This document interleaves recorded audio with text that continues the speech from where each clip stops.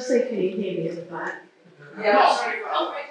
Okay. So we're not on very well, so maybe it's just how we Don't hold the mic too close, don't you? Yeah, because that distorts it, doesn't it? So how's that? Yeah, so you speak. Is that all right? Is your mic switched on? Yes. Better like that. Okay, all right then. So I think people are still getting their tea, so I could just start by introducing myself. I'm Stephanie Mahivet. I'm a lifelong socialist, I have to say, and I'm a retired 30 years consultant. I live locally, and I'm a grandmother, and I also have a cat. So again, everything about me now. So in this talk, I hope to outline how the Light newspaper reflects the development of the far right and the dangers they pose, particularly towards women, and suggest what we could do about it. So the Light newspaper. This was started by this cheerful chappie who's Darren Nesbitt, aka Darren Smith, back in 2020 to promote free speech. And it now has a monthly print run of about 100,000, along with its website where you can read the paper from there as well. It's funded by wealthy backers who are keen to promote various angles of the libertarian new right.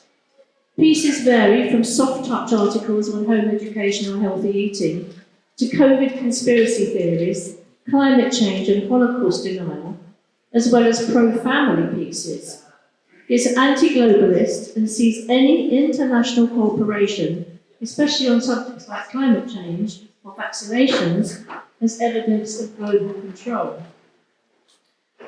The trade unions that operate through collectivism are despised by libertarians, so it's hardly surprising that there's no support for striking nurses or Amazon workers. The Light contributors are not concerned with their rights and freedoms. Despite claims to being against big business, there's no economic analysis of capitalism, just repetitive sound bites, and a clear drive to claim for itself the left's ground and its supporters. For example, the Assange campaign, the David Miller campaign, or the Free Palestine movement. So it picks up campaigns that are normally championed by the left in order to bring people into its remit. And that's quite a dangerous thing because people on the left are feeling a bit adrift at the moment. And so it's very easy to pull them in. So be careful. Okay, so it sees itself as questioning the established narrative. At the same time, it decries the questioning of the established narrative by groups such as Black Lives Matter, identity politics such as feminism, or LGBTQ rights, and he thinks that they're woke. It sees wokeness as divisive, and of course, we are all the same, but not when it comes to migrants who are illegal and criminal and aided by those misguided snowflakes like the RNLI or cultural Marxists. There's no reference to asylum seekers' legitimacy in seeking refuge from war and oppression in the UK, just a denunciation of that legitimacy and stirring up of fear and hatred. There's no reference to those migrants who are legally entered, such as the foreign students whose fees keep our universities going, or those workers who keep our care homes, agriculture and hotel industries going. So a content analysis of articles by researchers from the Harvard Kennedy School found that articles frequently contain contested information or conspiracy theories, primarily on global warming, COVID and vaccinations, along with non-conspiracy news items and advertising. They found that there's emphasis on encouraging readers to see themselves as the especially enlightened few, and they're in possession of truths that are hidden from the public by globalists who want to establish world control. Don't tell anybody I said so.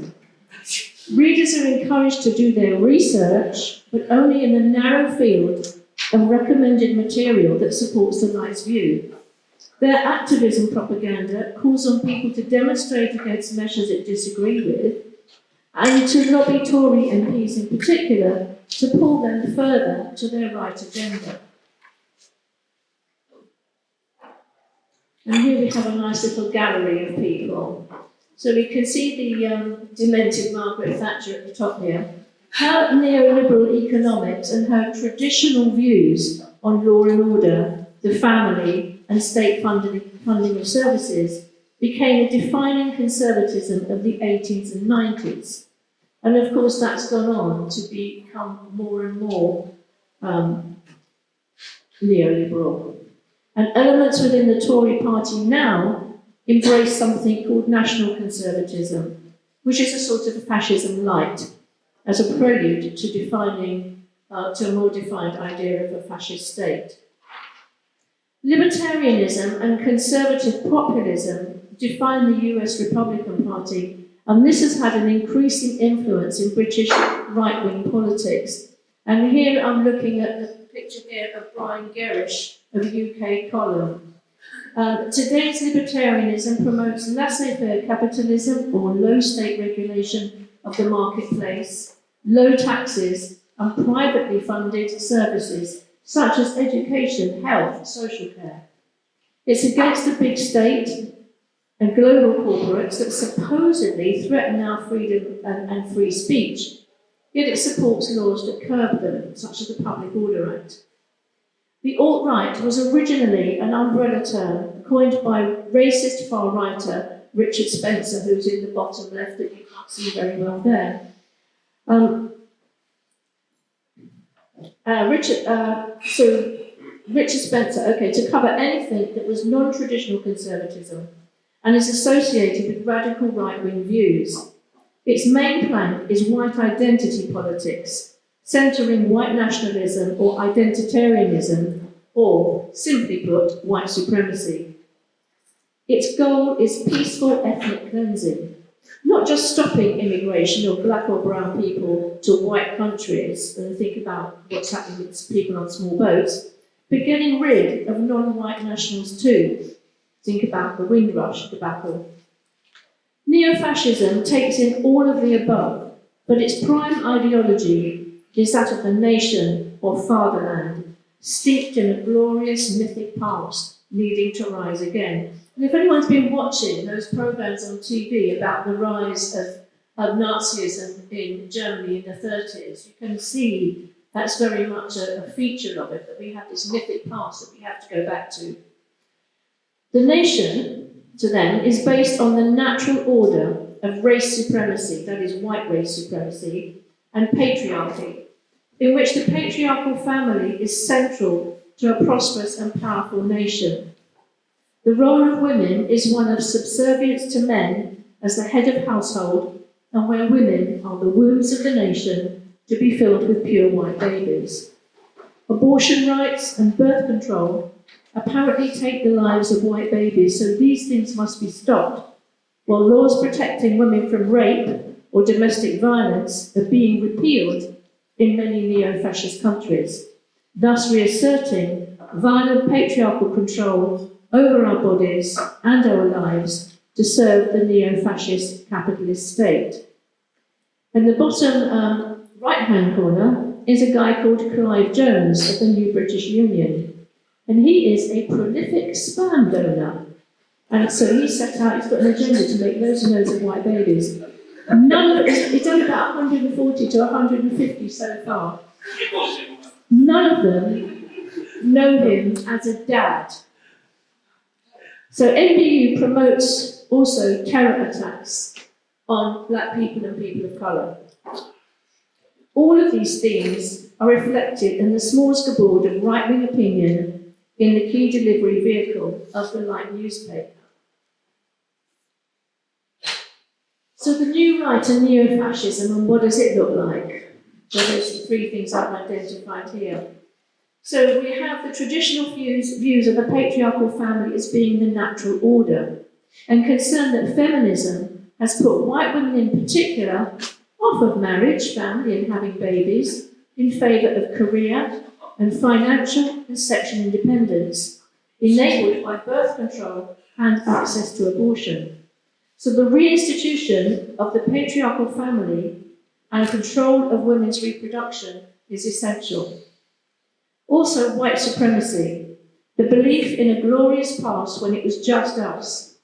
And sometimes you see this actually exemplified in these little Facebook nostalgia pages. You know, when you look at your hometown as it was in the 50s or 60s, and when you read the comments, that's where you see how this is garnering people's views about, oh, wasn't it great in the 50s when it was all white? Okay.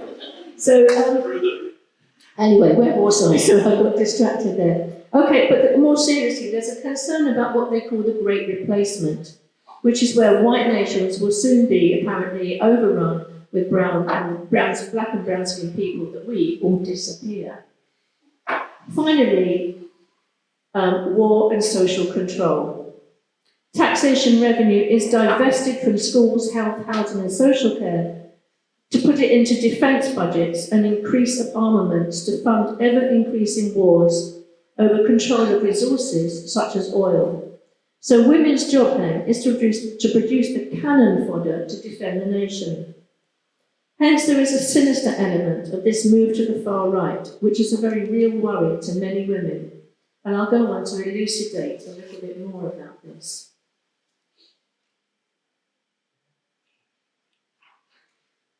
So, articles in the Light on these topics alone exemplifies their carefully delivered both libertarian and neo-fascist agenda. It's a clever way in which they brought libertarianism and neo-fascism to kind of dovetail together. A piece written by a Spanish bishop, for example, advocates that women's fulfillment in life should be from having a husband and at least 3 to 4 children. Because being a stay-at-home mum, rather than enduring the unnatural stress of a full-time job. So it's okay to go through all the natural stress of looking after 3 or 4 children, but not having the stress of a job. Anyway, we digress. An article on the way that sex and relationship education is being taught in Northern Ireland secondary schools, as Emma referred to earlier, claims that children will be taught about abortion ideology. The education programme aims to give all secondary school-aged children appropriate and scientifically accurate sex education, including on birth control and abortion. Abortion has been legalised in Northern Ireland for some time, and the so-called prayer zones around abortion clinics banned, bringing Northern Ireland in line with the rest of UK law. The Light article quotes anti-abortion groups arguing that Northern Ireland was once the world's most sacred pro-life nation. So sacred, in fact, that women and girls who were pregnant out of wedlock were forced into punitive Magdalene laundries, while their babies placed in cruel institutions where many perished and even more sold off for adoption. So much for sacred life. A further article welcomes Hungary's new heartbeat rule that determines the upper limit for abortion that could be as early as 6 to 8 weeks before many women even know that they're pregnant, let alone booked up for an ultrasound. A Light article mentions the UK's abortion amendment regulations of 2022. This allows some medical abortions at home where the pregnancy is under 10 weeks. They maintain that this is to broaden the ability to murder babies. I note the deliberate misuse of the emotive term baby. It is a fetus, not a baby. And before a fetus is technically a baby, it must be sufficiently grown to be viable, that is, to survive outside of the womb without support, which is about at 24 weeks. The Catholic lobby in Ireland also contests the idea of transgender information being part of the primary and secondary curriculum, as this is also seen as being against God's law and the natural order. Yet children as young as 7 know that they're trans, and at 12 they know that they're gay. We know what these kids suffer, but the Light articles advocates Catholic viewpoint. New Zealand First and other right-wingers in the New Zealand coalition government plan to replace Jacinda Ardern's progressive education policies on sex, gender and relationships with a more traditional sex-ed curriculum that parents can withdraw their children from. But we know from research that the innocence and abstinence programs result in early onset of sexual activity and higher teen pregnancy, while age-appropriate and truthful sex ed results in fewer as well as delayed sexual activity. Like contributors also promote the idea of there being a war on masculinity, branding feminism responsible for this outrage. It promotes the myth of the binary nature of the sexes being the natural law of God. This new masculine positivity doctrine does not address the real issues about toxic masculinity, such as gender-based violence, rape and pornography. Ironically too, in terms of sexual health, it has also been mentioned this afternoon, the Light published an article recently saying that sexually transmitted diseases are not transmitted sexually. So are we veering towards an age of mass disinformation?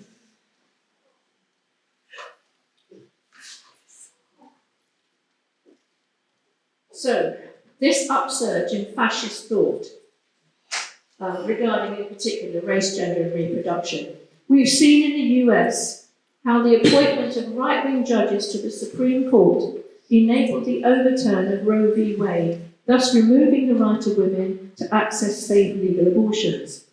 We've seen this happen in Poland, Hungary and in Central and South America. Globally, 50,000 women still die each year from illegal abortions or unsafe abortions, and 90 million women worldwide live in countries where abortion is prohibited. On the one hand, there is a cry for less state control in our lives, a libertarian view, while at the same time demanding tighter controls on how people express sexuality and on birth control and abortion. So you can fight for your right not to wear a face mask, but not for your right to prevent having children you do not want. The Great Replacement is a fear-based and deranged agenda to push both race violence and reproductive control. Immigration is seen as a threat to European whiteness, but population statistics in the UK and Europe show white citizens are very much remaining in the majority. Only 13% in the UK and 10% in Europe identify as non-white. The Great Replacement ideology is Islamophobic, as well as racist, homophobic and misogynist. It blames the rise of feminism, homosexuality and abortion on cultural Marxism, even as far as postulating that these things would not have developed if Nazi Germany had won World War II. It promotes a world where white women must have babies and where women of colour, especially if they are poor, should experience forced sterilisation. Now, QAnon, I'm not really going to talk a lot about QAnon, but just to mention that their satanic connection stems from the Christian religious right, a growing force in the US, which comprises a massive 25% of the Republican vote. It pushes the ideas of evil cabals of lefties conducting satanic ritual abuse of children, a belief in which has infiltrated the UK by, if you recall it, the unfounded case of the Hampstead sex abuse. If you remember, that's been on recently, okay, and then that was found to be completely utter nonsense. So what are the trends that are shaping this right agenda? Who is behind it? Because the Light and its contributors did not make up their position on such matters as women's reproductive rights, immigration or education. There is a larger game at play here. They are just one voice piece of a bigger movement. So as we've talked about, the three legs of the fascist state are beliefs in the natural order, the glorious nationalist past, and a war-based approach to solving world problems. Not that they haven't grown up yet. Across the UK and Europe, we've seen the rise of parliamentary and the extra-parliamentary right. There are individuals who promote agendas such as anti-abortion, anti-feminism, anti-immigration within their own respective organisations. But the alarming part is the way in which these organisations come together and work in tandem to promote their agendas at the highest levels in key influential agencies by influencing infiltrating and becoming elected members. And one such umbrella organisation is Agenda Europe. Their membership comprises the religious and far-right groups. Their manifesto is called Restoring the Natural Order, an Agenda for Europe, and it provides far-right, theological, anti-communist, totalitarian roadmap that attacks feminism, homosexualism and gender theory as it goes against nature. They seek to overturn laws on abortion, divorce, LGBTQI relationships and families, and areas of sexual and reproductive rights.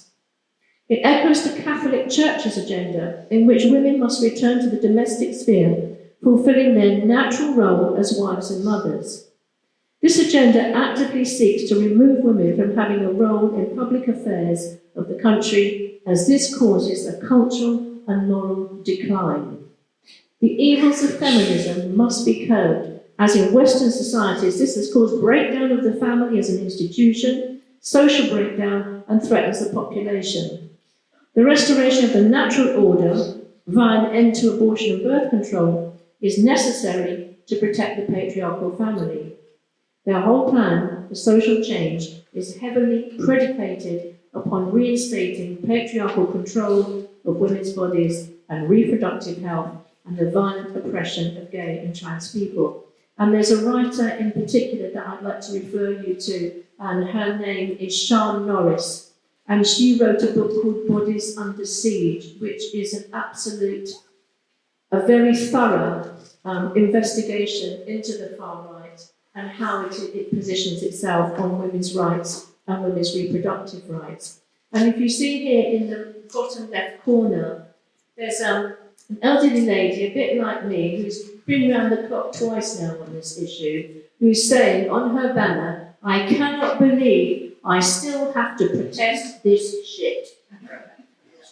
And so we're back there having to protest it again. And the other image on there says, "Your body is a battleground." And I'm getting a bit fed up with that. So, as Lenin once famously said, what is to be done? So on the left, we tend to laugh dismissively at conspiracy theories because also we're English and we're used to being a bit eccentric and we think it's great to have a bit of eccentricity. But now, as you know, other people have been saying, it's gone beyond that. It's become far more serious. And we used to kind of laugh at conspiracy theories and imagine that other people don't find these ideas credible. But we are busy fighting the good fight, and we haven't noticed how virulent they have become and how they're seeping through in all political spectrums. Furthermore, we have a tendency not to see matters such as women's reproductive rights as being as critical to fascism as racism, but it is, and we need to take it seriously. So there are things that we can do. We can challenge light vendors in the street and dispose of papers when you see them. We can position counter-arguments in accessible ways. We need to be clear as to what is the left socialist view and what is not, especially with regard to gender and race equality, so we don't get sucked into their programme. We can join or form campaigns to oppose the erosion of women's rights. For example, the support for women for their rights to benefits, particularly the fight against the two-child rule. The right for women to have access and custody of their children, the rights to housing, the rights to equal pay and our work rights, but especially our reproductive rights. We can raise concerns about these in our trade unions or our political groups, etc. We need to fight back to prevent the dystopic vision they represent. And there's a thing that I've also put on here, which is about the USA anti-choice movement infiltrating the UK. And in coming weeks, members of the UK Parliament will have the opportunity to vote for Diana Johnson's amendment to the Criminal Justice Bill, which would mean that no one in England and Wales would be criminalised for ending their own pregnancy. If you remember a case recently about a very distressed young woman who took these abortion pills and it said that she took them too late in the pregnancy, and she was prosecuted for it. And it's a very, very distressing thing. So anyway, there's a website here, nsichoices.org. Wouldn't agree with everything on the website there, but they have the petition if you wanted to go on there and sign the petition. And here on the left, we have this wonderful woman. Somebody remind me of her name. That's the one. Okay. That's just my older brain forgetting things. She's marvellous. But when she retired, that was when another very right-wing judge got onto the Supreme Court, and that's how they lost Roe v. Wade. So anyway, that's the end of my talk. I hope you found it informative, and I'm going to switch off now if you want any questions.